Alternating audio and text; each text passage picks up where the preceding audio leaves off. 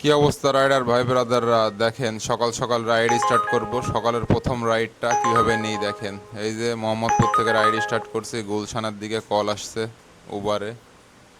ইন্ডিয়াইভ দেখতেছি, উবার আর ইন্ডিয়াইভ দেখছি, কারণ পাঠাওয়ে আমার কমিশন কাটে, এই কারণে পাঠাওয়ে দেখছি না। উবার আর ইন্ডিয়াইভই দেখবো যে কোনটা ধরা যায়। তো এমন এমন কল আসছে, গুলশান যাবে 200 টাকা।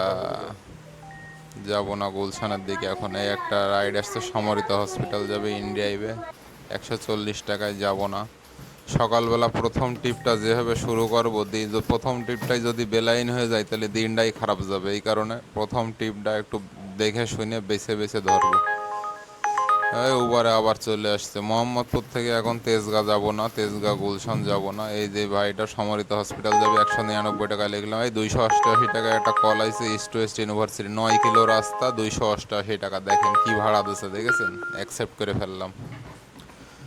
হ্যাঁ, অ্যাকসেপ্ট করে ফেললাম। দেখি বাইরে মেসেজ দিয়ে I am on my way দিয়ে দিলাম। হুম, কিন্তু যাব না। কেন যাব না জানি না।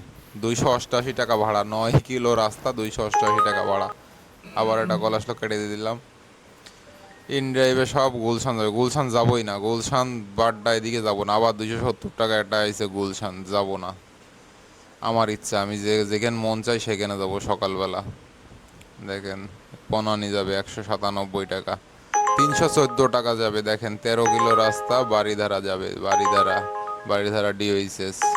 যাব না। 13 আর এদিক মেলায় সব 15 কিলো, 314 টাকা। যাব না। 245 টাকা মহাখালী, যাব না।